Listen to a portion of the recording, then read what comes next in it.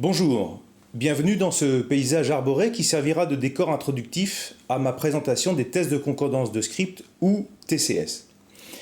Avant de vous préciser ce que sont les TCS en théorie, nous allons l'illustrer par un exemple. Je vous emmène maintenant dans un autre décor sur le même thème. Nous voici maintenant toujours sur une route départementale en ligne droite, sans intersection et sans véhicule, comme dans le décor précédent, mais où l'environnement est différent. Imaginez maintenant que vous êtes au volant de votre véhicule et qu'une voiture vous précède sur cette route. Elle roule à allure régulière, au maximum de la vitesse autorisée sur cette portion de route, et vous la suivez sur cette longue ligne droite depuis plusieurs kilomètres. Depuis le temps que vous la suivez, vous avez remarqué à l'arrière du véhicule un disque A qui signifie qu'un jeune conducteur est susceptible d'être au volant. Nous sommes en début d'après-midi, c'est l'été, il est environ 15 heures et il fait très chaud. Soudain, le véhicule freine brutalement et vous êtes surpris. Nous pourrions rédiger cette situation de la manière suivante. Vous roulez sur une route départementale vers 3 heures de l'après-midi, en plein été, précédé d'un véhicule qui roule à la vitesse maximale autorisée sur une ligne droite, sans intersection, aussi loin que votre regard. Le véhicule, qui présente un autocollant « Jeune conducteur » à l'arrière, freine brusquement. Voilà un exemple de vignette que vous trouverez dans un test de concordance de script et qui est la première des 3 parties d'un test de concordance de script. Il s'agit de la situation et, dans le domaine de la santé, c'est une situation de soins, une vignette clinique, qui décrit un patient que vous prenez en charge. Revenons à notre exemple. Le véhicule freine brusquement et vous vous demandez instantanément qu'est-ce qui se passe. En une fraction de seconde, dans cette situation, votre cerveau va tenter de comprendre ce qui a bien pu contraindre le conducteur à freiner aussi brutalement, et en même temps que vous freinez à votre tour, votre cerveau cherche tous les indices possibles pour comprendre cette situation. Votre cerveau émet donc des hypothèses issues de votre propre expérience de conducteur. On parle ici des scripts. Et va chercher dans ce contexte précis les différents indices qui peuvent confirmer l'hypothèse la plus probable. Dans la deuxième partie d'un test de concordance de script, nous allons vous proposer ces hypothèses. Nous ne vous demandons pas de les produire vous-même, mais vous verrez qu'elles sont toutes acceptables et plausibles. Et c'est à partir de ces hypothèses que nous vous demanderons ensuite de réfléchir. Par exemple, dans ce cas de figure, nous pourrions penser que le conducteur a repéré un gros gibier prêt à traverser sur le bord de la route. Notre première hypothèse, l'hypothèse A, peut donc être formulée de la manière suivante. Le conducteur a repéré un gros gibier sur le bord de la route. Qu'en pensez-vous ? Cette hypothèse vous semble-t-elle probable dans ce décor ? Et dans celui-ci ? Pensez-vous que sur cette route départementale, nous ayons plus de risques de voir surgir une biche ou un sanglier ? Ce nouveau décor, cette nouvelle information, constitue la 3e partie d'un test de concordance de script. Si j'apporte une information supplémentaire, je relance la réflexion et je peux alors modifier mon raisonnement et revoir la probabilité de l'hypothèse. Par exemple, pour ma part, et compte tenu de mon expérience d'automobiliste, l'hypothèse qu'un gros gibier puisse traverser la route dans un espace boisé est plus probable que dans le décor précédent, plus désertique, où l'on trouve plus rarement de gros animaux sauvages qui préfèrent les sous-bois ou la forêt comme ici. Mais d'autres indices peuvent modifier mon jugement, en fonction de mon expérience, comme par exemple le fait qu'il soit 3 heures de l'après-midi, en plein été, et qu'il fasse très chaud. Résumons. Un test de concordance de script comporte 3 parties. La situation, dans notre domaine, il s'agira d'une vignette clinique. L'hypothèse, dans notre domaine, il s'agira d'une hypothèse diagnostique, d'une option d'investigation ou d'une option d'intervention. Et enfin, l'information complémentaire ou la précision. Dans notre domaine, il s'agira d'une précision clinique. Et cette précision vous contraint de reconsidérer la vraisemblance de l'hypothèse proposée. La flèche jaune symbolise ici l'impact de la nouvelle information, qui ne figure pas dans la vignette initiale, sur l'hypothèse. Cette nouvelle information peut renforcer l'hypothèse ou, au contraire, l'affaiblir. Par exemple, si je suppose que le conducteur a aperçu au dernier moment un trou dans la chaussée et qu'il a voulu ralentir brutalement, c'est mon hypothèse, mais que le revêtement, comme ici, est manifestement en très bon état depuis des kilomètres. Ce serait alors la précision supplémentaire que je vous donnerai. J'en déduirai que l'hypothèse est très peu probable.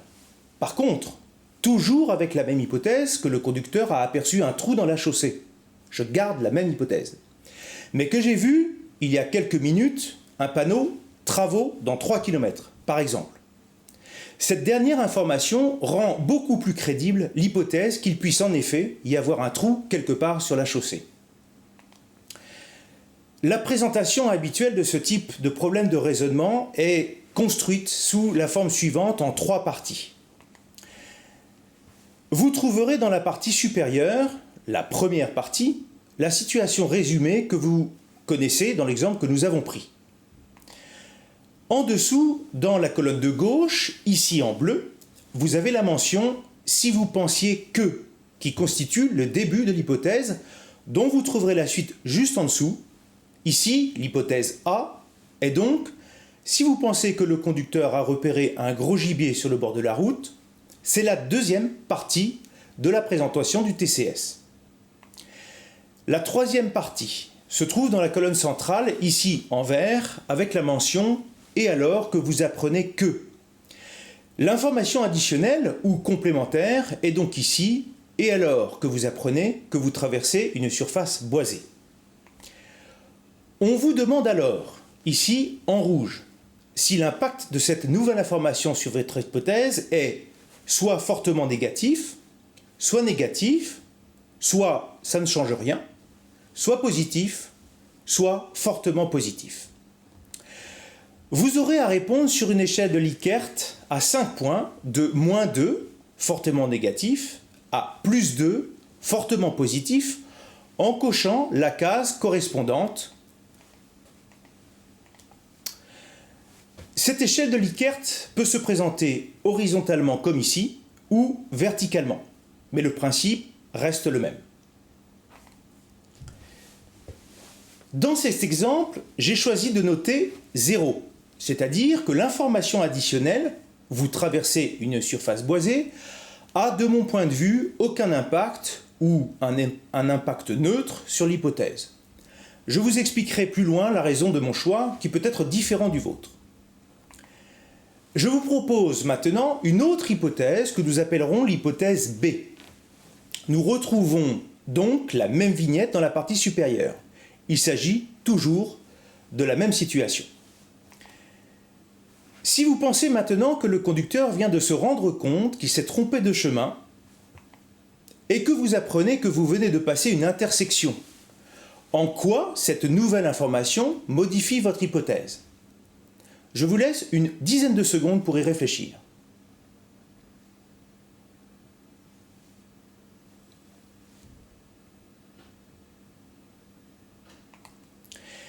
Pour ma part, j'aurais répondu +1 sur l'échelle de Likert, ce qui signifie que cette information renforce mon hypothèse. Vous avez peut-être un autre avis. Là encore, je vous exposerai plus loin la raison de mon choix. Je vous présente enfin une troisième et dernière hypothèse que nous appellerons l'hypothèse C. Si vous pensez que le conducteur doit venir en aide rapidement à un passager du véhicule en détresse, et alors que vous apprenez que le véhicule présente à l'arrière un autocollant « Bébé à bord », cette information renforce-t-elle ou affaiblit-elle votre hypothèse ? Je vous laisse 10 secondes pour y réfléchir.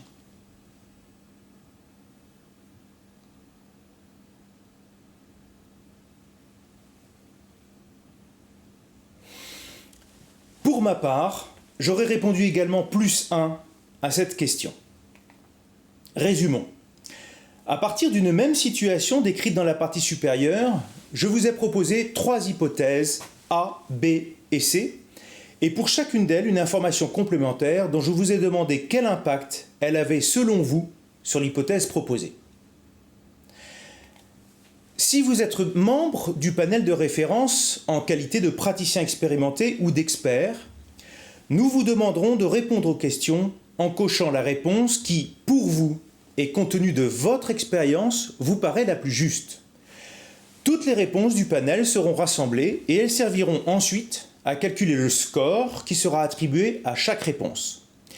Les réponses qui seront les plus fréquentes dans le panel de référence permettront aux apprenants qui choisiront cette réponse de remporter le maximum de points et les apprenants qui auront choisi une réponse plus rare parmi les praticiens expérimentés ou les experts n'auront pas 0, mais simplement une note inférieure. Si vous êtes membre du panel de référence, vous aurez également à justifier votre réponse, ce que nous ne demanderons pas aux apprenants dans les TCS. Votre justification, vos arguments serviront ensuite à expliquer les différentes réponses possibles aux apprenants. Vous aurez en effet constaté qu'il n'est pas toujours simple de répondre avec certitude aux questions. C'est très souvent le cas dans les situations cliniques du quotidien où plusieurs réponses sont possibles, plusieurs hypothèses cliniques envisageables ou plusieurs options thérapeutiques possibles. Voilà donc l'intérêt de ces tests qui peuvent également servir à la formation et l'on parle alors de formation par concordance. Si vous faites partie du panel de référence, vous aurez donc à compléter une partie réservée à votre commentaire. Voici par exemple ce que j'aurais noté comme commentaire de l'hypothèse A. Il est vrai que la forêt est une zone à risque, mais il est peu probable qu'un gros gibier se déplace à cette heure chaude en pleine journée. Les gros gibiers sortent à la tombée de la nuit ou le matin au lever du soleil et se déplacent habituellement en pleine nuit. Il ne s'agit pas de la bonne réponse, mais de ma réponse, et elle est motivée par mon expérience de conducteur. Vous aviez peut-être une autre réponse, tout aussi valable, il vous suffit de la justifier. J'attire votre attention sur la cotation 0 que j'ai choisie ici. Je l'ai choisie parce que je pense que l'information complémentaire n'a pas d'impact sur l'hypothèse, et non pas parce que je ne sais pas. Il ne faut donc pas choisir la position centrale si vous n'avez pas d'avis. Il ne s'agit pas d'un sondage, mais d'un test de concordance de script dans lequel vous devez proposer la réponse qui vous semble la plus pertinente.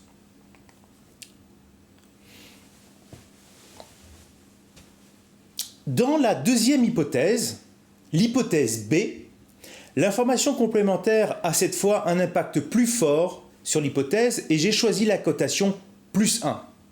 En effet, de mon point de vue, c'est possible, car les jeunes conducteurs ont parfois des réactions inappropriées. Il aurait pu simplement ralentir et faire demi-tour. Mais il se peut aussi qu'il utilise un véhicule dont il n'a pas l'habitude et qu'il a été surpris par l'efficacité des freins. Là encore, cette réponse vient de mon expérience de conducteur et vous auriez très bien pu choisir une autre réponse en fonction de votre propre expérience. Enfin, pour la troisième hypothèse, l'hypothèse C, le fait qu'il est possible qu'il y ait un enfant à bord rend l'hypothèse que le conducteur a dû venir en aide rapidement à un passager du véhicule plus probable selon moi. C'est possible car un enfant est vulnérable et peut rapidement être en danger en cas de piqûre d'insectes par exemple ou d'étouffement avec un objet. Les insectes piqueurs sont d'ailleurs fréquents à cette heure chaude de l'été. Il est donc important de bien expliquer les raisons de votre choix, même si vous êtes également tenté par une autre réponse. Il faut choisir une seule réponse, celle qui vous paraît, après réflexion et même avec hésitation, la plus pertinente. Si vous êtes apprenant, étudiant ou professionnel en formation continue par exemple, vous n'aurez qu'à répondre en cochant l'une des 5 options de l'échelle de Likert de -2 à +2, et votre note finale sera calculée en fonction de la concordance de vos réponses avec celle des membres du panel de référence interrogés.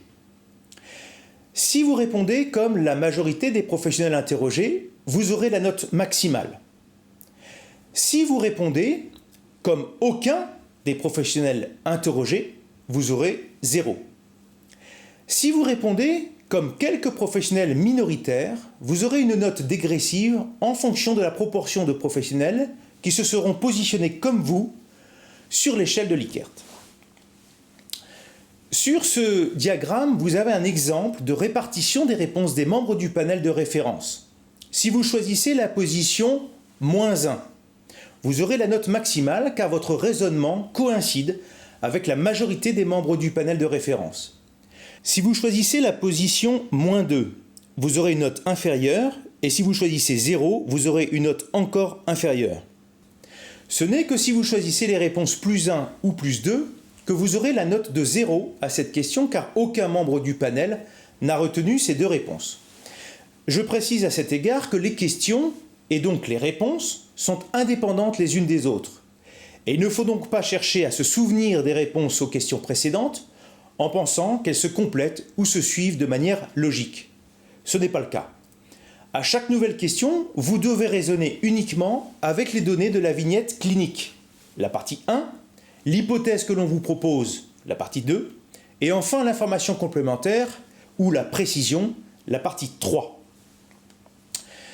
Le TCS est conçu pour mesurer la capacité de raisonner en contexte d'incertitude et de résoudre des problèmes mal définis, c'est-à-dire l'essence même de la compétence professionnelle. Il n'y a donc pas dans un tel contexte une seule bonne réponse, mais plusieurs possibles. Ce que les tests de concordance de script mettent en évidence chez les apprenants, c'est la proximité plus ou moins importante avec le raisonnement de praticiens expérimentés face au même problème.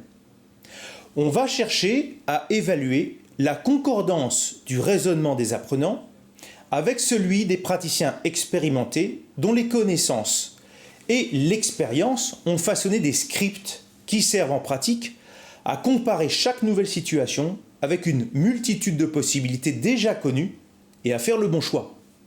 En général, un test de concordance de script comprend 25 vignettes cliniques et donc 75 questions, puisqu'on propose 3 hypothèses, comme ici, pour chaque vignette clinique, à répondre en 1 heure.